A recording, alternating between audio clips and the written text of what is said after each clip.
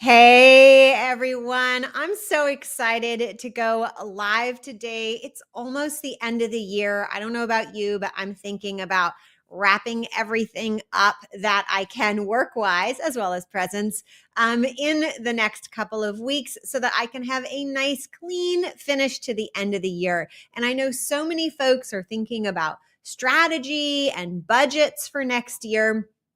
And in the spirit of giving and sense of abundance, today I want to talk about increasing staff salaries at your organization. All right, so keeping it quick, getting down and dirty into it today, right away. In case you don't know me and you're watching this, I'm Sarah Olivieri. I've been helping nonprofits run better for over 2 decades. I've been an executive director. I've been a board member. I've been the secret toilet fixer. And now it is my honor in life to coach nonprofit CEOs. All right, today I have 4 tips for you on how to increase your staff salaries. All right. Tip number 1 doesn't actually increase their salary per se yet, but it's about tracking what you aren't paying your staff. So when you set up your budget and you track the salaries, I make a tab actually where I have all the staff and contractors, and I include in that tab what people are getting paid, and I have an extra column for my target salary for them. So the amount that I really wish I was paying them, or the amount that a competitive market rate would be for their salary. And then I total that all up and it comes through onto the main tab in my budget, which is a summary page. And if you'd like a link to my budget template, say budget in the comments and I will get you a link so you can download this template where all this stuff is set up. So in my summary, I show the total amount that we are off target, right? So we see our total cost, and then we can see if we were to pay our staff the amount that we really should be paying them or would like to be paying them, we see what the gap is, right? So essentially tip number 1 is to track the gap towards your target pay in your budget.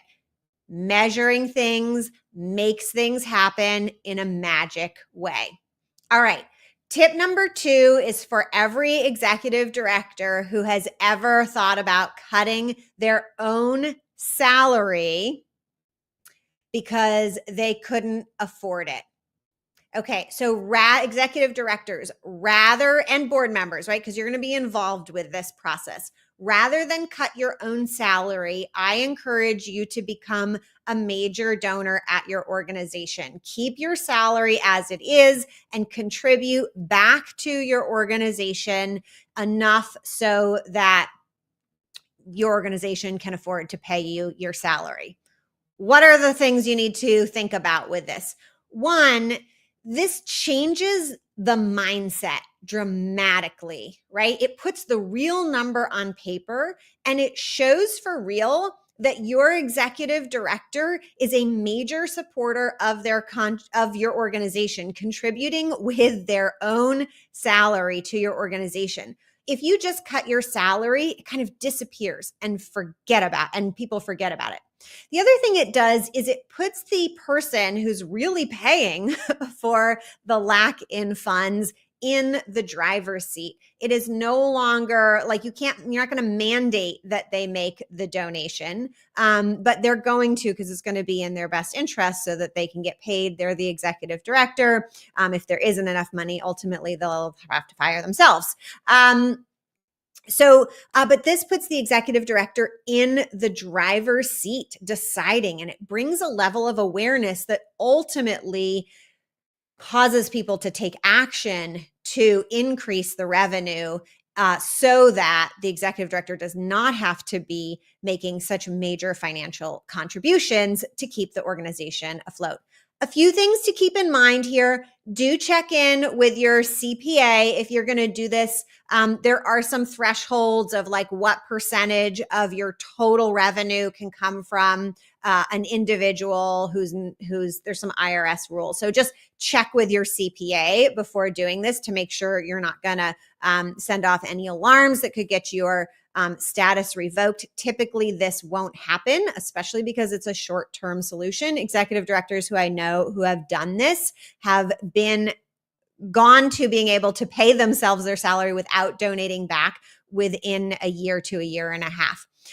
The other thing, just to make sure, is you are going to spend a little more because you're going to be paying payroll taxes on that salary, as it should be. And you're not going to put it into the contract that the executive director is required to donate. So as a board, remember, you're really going to let your executive director kind of be in the power seat here, which is as it should be.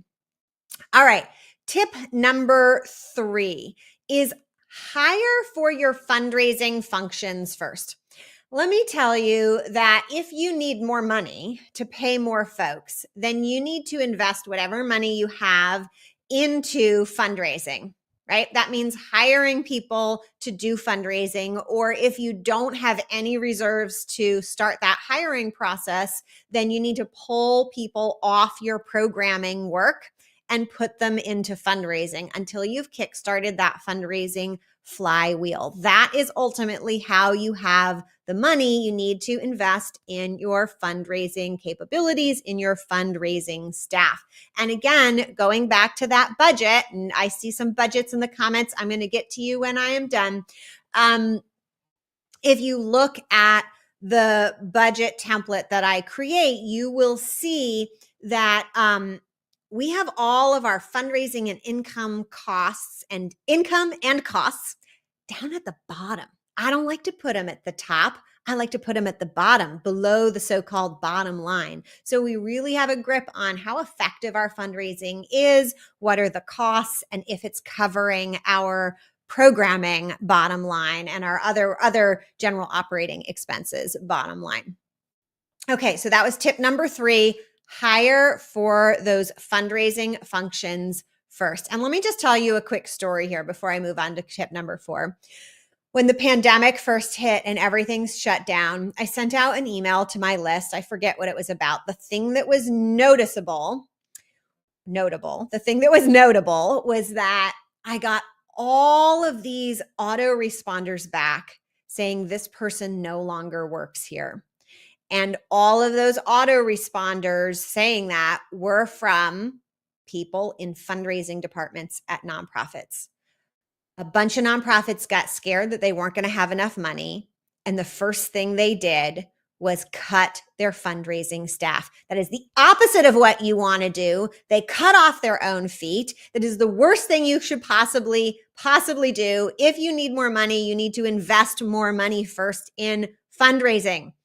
Your programming can wait. It will wait. If you do not do this, your programming will never grow. And in the long run, you will serve many fewer people by starving yourself of fundraising capacity. All right. Tip number 4 for today is commit. Commit to paying everybody more and trust that the money will follow. The number one thing getting in organizations' way of hiring more staff is that it's a mindset thing. They're afraid they can't afford it.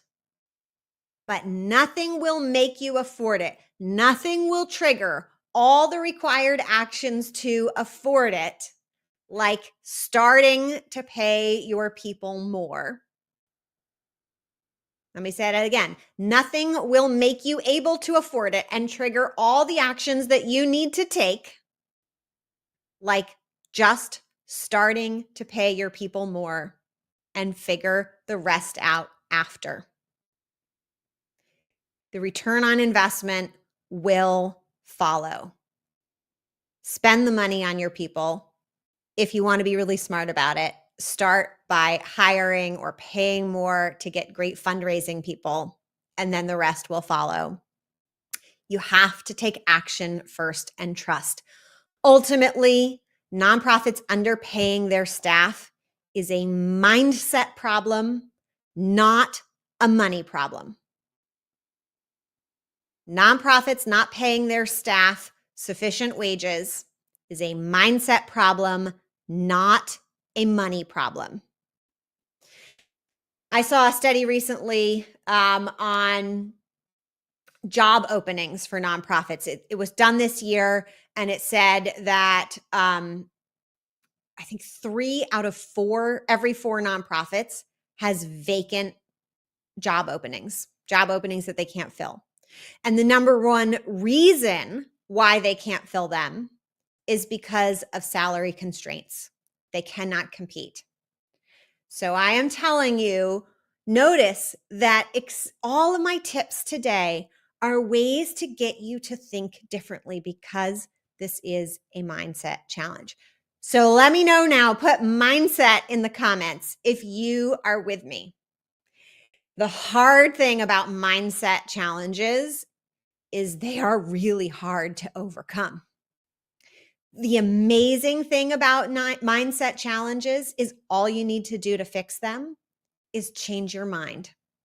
And that is ultimately totally in your control. I will see you next time. If you would love a summary of this mini training, make sure you're on my email list. You can go to pivotground.com/sign up, and you will get a summary as well as updates about upcoming trainings and activities and tips in your email.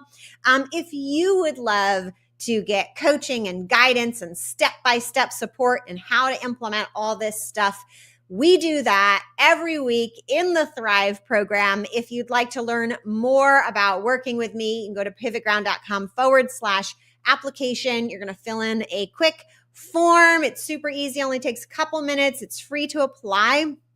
I'll review your application, make some recommendations about next steps or the best way to work together. That may be in the Thrive program. It might be something else, but I'll know better when I see your application. And I will see you next week. But I probably won't see you the week after. I'll probably take a week off, but maybe I'll have some sort of treat for you for the holidays and the end of the year. Bye, everyone.